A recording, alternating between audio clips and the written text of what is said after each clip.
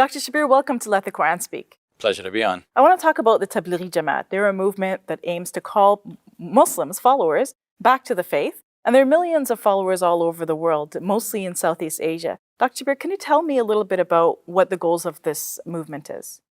The goals are actually identified in 6 points, which are regularly preached. But if we summarize those 6 points, we can say that the overall goal is to make Muslims better Muslims. Mm-hmm. And the thought is that, behind the movement is that, look, Muslims as they are now, we can see that Muslims overall, as a global community, as an ummah, do not have that kind of status and glory that we used to have in the past. So how can we recover that glory? Some people think it's by going into politics and getting political power and imposing Islam as a way to be followed and so on. But this movement takes a different approach and says, no, even if you have political power, if you don't have people who are sincerely devoted to the faith, like what are they going to impose with their political power? It won't be Islam, it'll be something else. Mm-hmm. To them, the most important thing is to develop the individual, make the individual Muslims good human beings, devoted. So spiritual development. Spiritual development, okay. Yes. Make them sincere to the faith and good servants of God. And then if they get political power, then they will be able to implement political power for the benefit of humankind according to the dictates of God. Otherwise, you give them political power, they'll misuse it. Mm-hmm. So to them, the main thrust and the unwavering focus is on the spiritual development of Muslims. To say it in Arabic is Islahul Muslimin. So how do they focus on that spiritual development? What do they do? So I mentioned the 6 points. So let me just elaborate on that, and that will explain a lot of what. So the 6 points that they always emphasize in their preaching and in everything is that first, that we must get a clear conception of and attachment to the pronouncement of faith that makes a person Muslim. That's simply put is the kalima of Islam, which says there is no God but God and that Muhammad is the messenger of God. So we should be thoroughly committed to that. We're not going to worship anyone other than God. We're going to be intensely devoted to God. And also, we're going to follow the way of the Prophet Muhammad, peace be upon him, because just simply pronouncing that he's the messenger of God is not the end of the matter. By making that official pronouncement that makes a person a Muslim, we are actually committing ourselves to, act as if he's the messenger of God. So he brought a message from God for us to follow and practice. So we should follow him as an example that was set from God as a human being for us to follow. So that's the first point. The second point is the prayers. The daily prayers of Muslims, according to them, this is of paramount importance, trumping all other obligations. And we may as well get this one right. And if we get this one right, then other things will fall into place. So be sincerely devoted in your prayers. Do them on time, regularly, without fail. Do them in the mosque if you have the opportunity to do so, and so on. This is all emphasized. And then have sincerity and devotion within the prayer itself. A person may be praying here, but his mind is wandering all over the place. Be devoted in the prayer. So that's the second point. The third point is actually a combination of 2 points, which they say go hand in hand. One is ilm, the knowledge, and the other is dhikr, or remembrance of God. They say that the two are like 2 wings, and you need both to fly. So if somebody has knowledge of the religion, but they don't have the attachment to God, then that knowledge can get them puffed up with pride. That will be harmful to them. Mm-hmm. And if they have the remembrance of God, they're attached to God, they want to please God in every way, but they don't have the knowledge, they may do something wrong thinking that they're going to please God thereby. So you need both to balance it out, the proper knowledge and the attachment to God going hand in hand. Mm-hmm. So that's the third point, which is a combination of 2. And the fourth point, they say, is that we should honor other Muslims. They call this ikram al-Muslimin. And of course, we should all honor all human beings as Muslims. But there is a particular emphasis within this movement to honor Muslims because they are your first call. Mm-hmm. They are, this is where the charity begins at home. If you can't be good to your fellow Muslims, how can you be good to anyone else? Recognize the value of Muslims. These are people who, like you, are saying the kalima of Islam, there's no God but God, Muhammad is the messenger of God, these are dear to God. As long as the person remains saying Allah, Allah, the God will keep the universe in establishment. So you see how valuable the human being is, the Muslim in particular. So honor the Muslim, respect and serve other Muslims. And the fifth point they say is tashihun niyya, correcting the intention. One might be doing a lot of good work, one might be giving charity, but he wants to do this for show. Don't do it for show, do it for the pleasure of God, and always keep correcting your intention, whatever good deed you're doing. Check yourself at the beginning. Am I going to do this for the sake of God? Check yourself in the middle. Did my intention change somewhere in between? Did Satan cause me to veer from the right path, and suddenly I'm doing it for my own sake, for my own name and fame and personal glory? And then check yourself at the end as well. After you've done everything, don't say, okay, I've done a good job there, but ask yourself, did you really do it for the pleasure of God? So this is emphasized a lot. Check your intention and correct it, along the way. Finally, the sixth point is that you should set aside time, dedicate time to learn and preach the religion, to learn, to develop your own self, really. So this entails going out in what they call khuruj fi sabilillah, going out in the way of Allah, to use the Arabic term. And that would entail that you are giving at least 10% of all intervals of time. So in a day, you might want to spend 2.5 hours. You've done your daily routines. You've gone to work 8 hours in the day. You've looked after your family and all of that. So 2.5 hours. Go to the mosque and see how you can serve the mission within this 2.5 hours time. 3 days within a month. Of course, it's piling up, so it's now becoming 20% because 3 days in a month is 10%. 2.5 hours each day is already more than 10%. So it's a combined, right? Overlapping. But 3 days within a month, you go away. You're going to leave your family, your business, and all of that. You're going to go, as they say, in the way of God.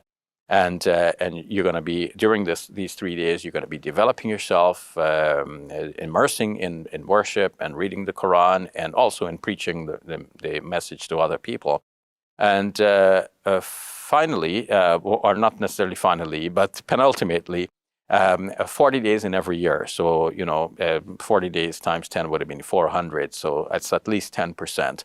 And then at least once in a lifetime. One should go for 4 months altogether. So in a 4 months stretch, one, they say, would have a life-changing experience. You would be firmly then placed on the mission. You would have now everything, clear to you as a result of spending the 4 months all at once, detached from all of your worldly commitments, your job and all of that, but you've gone out in a kind of a sabbatical.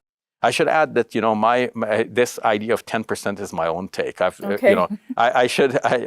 maybe this is a good point at which I can mention that the mission is dear to me because I am actually one of the products of that mission. Mm-hmm.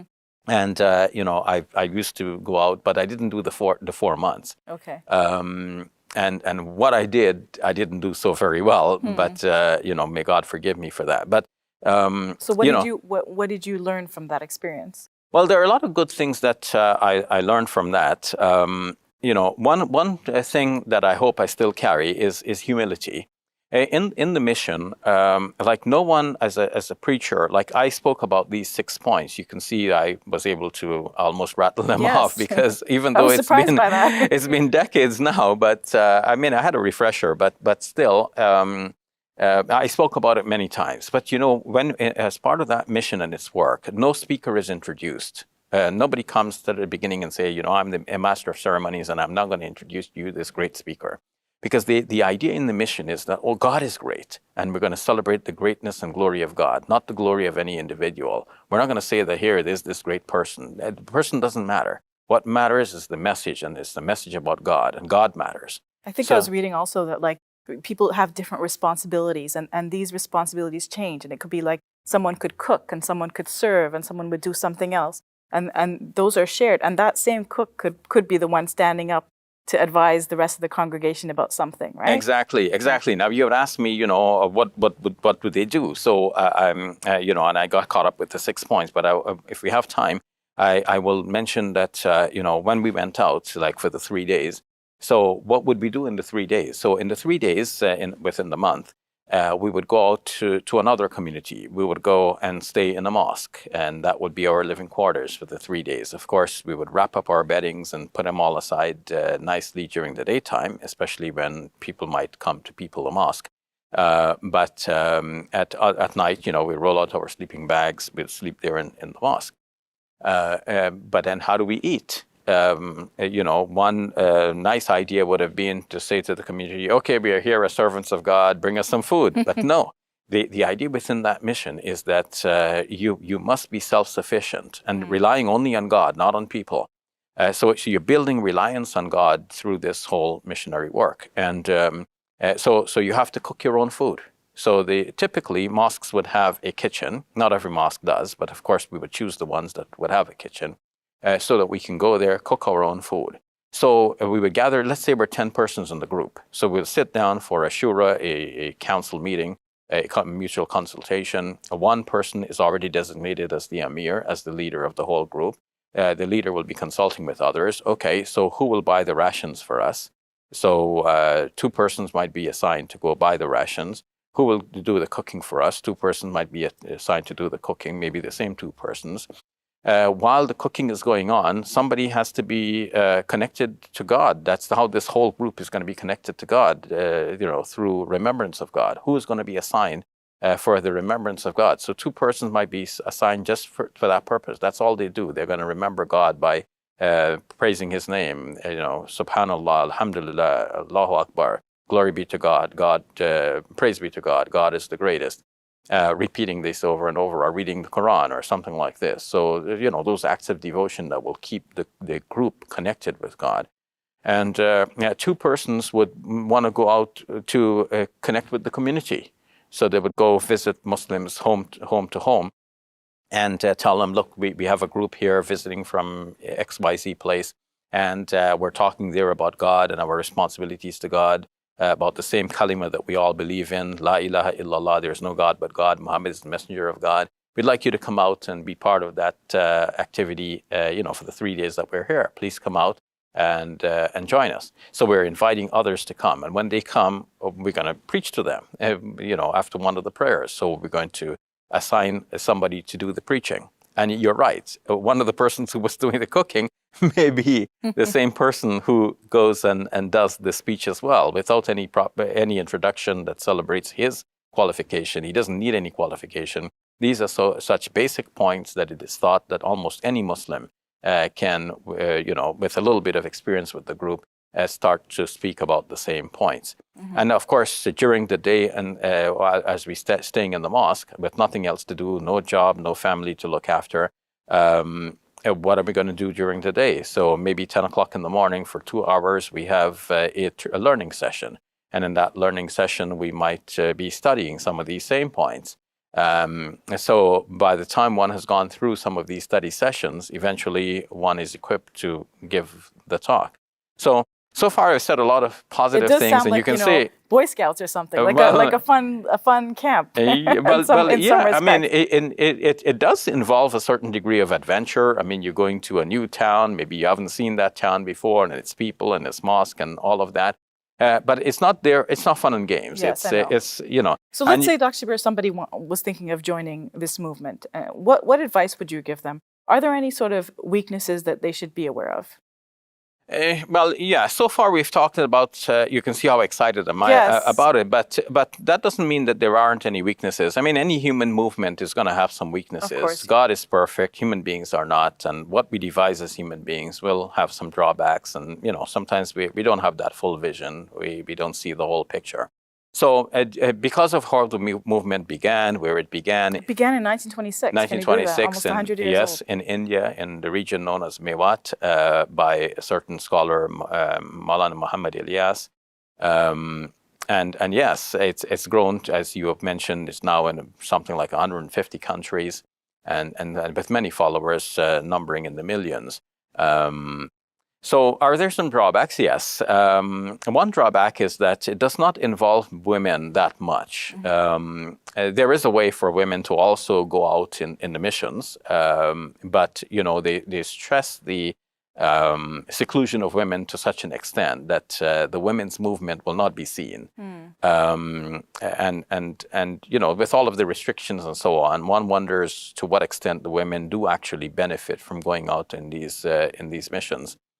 So it's mostly a male-centered mission. A lot of things are done by the males, and the women are usually left at home caring for the family. And sometimes they're left with insufficient attention to all of their needs and the needs of the family and the children to take care of, and so on.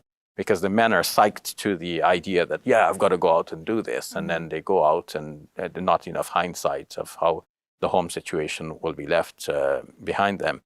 Now, because of their intense devotion to, the way, like the stories which are being read. Remember, I talked about those 2 hours of learning session each day. Well, one of the books that is being read and was read for a long time includes a portion called Stories of the Sahaba. And these are stories of companions of the Prophet Muhammad, peace be upon him, who lived through very difficult situations where they were being attacked by others who wanted to decimate the Muslim population. They had to arise in defense, in battles. And some of them, the stories of their bravery and heroism and valor in battle and all of that are recounted. And their self-sacrifice and how many wounds they bore and how they kept fighting despite the wound. And somebody had his one arm cut off, but he transferred the flag to the other hand, holding it up. The other hand got cut off, but he held the flag, even with the stubs of his arms remaining, and holding it with his teeth. So somebody struck with arrow after arrow, but he kept on fighting, and so on. So all of this may have produced, some Muslims with a mind that says, you know what, I can go out and sacrifice my body and go out in a sort of a battle nowadays. Like, why aren't we doing that? So the movement itself doesn't do that, and it's not encouraging that, and it's against anyone enacting violence against anyone else. The movement itself is thoroughly apolitical.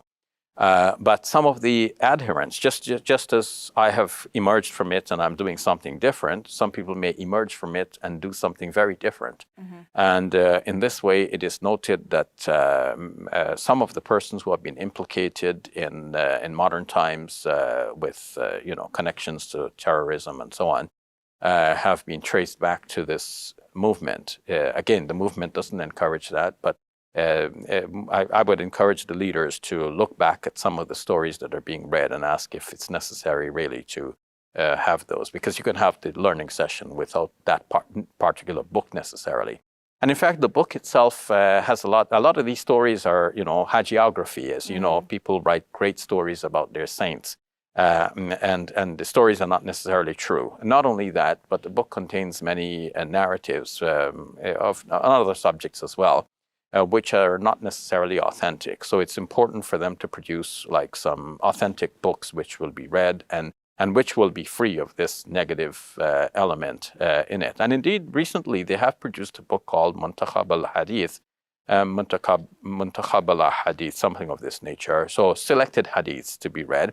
And that has a greater degree of authenticity than the previous book that I mentioned, but how widely it is being used nowadays, I have not investigated. And the book, too, I have not studied in great detail because by the time this book was introduced, I was out of the movement. I actually bought a copy of the book, but then before I could study it, I gave it away as a gift to somebody who is still in the movement. All right, we'll leave it at that, Dr. Shabir. I can see that you have so much to talk about on the Tablighi Jamaat. It really fires you up. That's really interesting. But we'll pick it up another time. Sure. Our videos reach people all over the world. We hope you will seize the opportunity to share in the reward from God. Please support us today.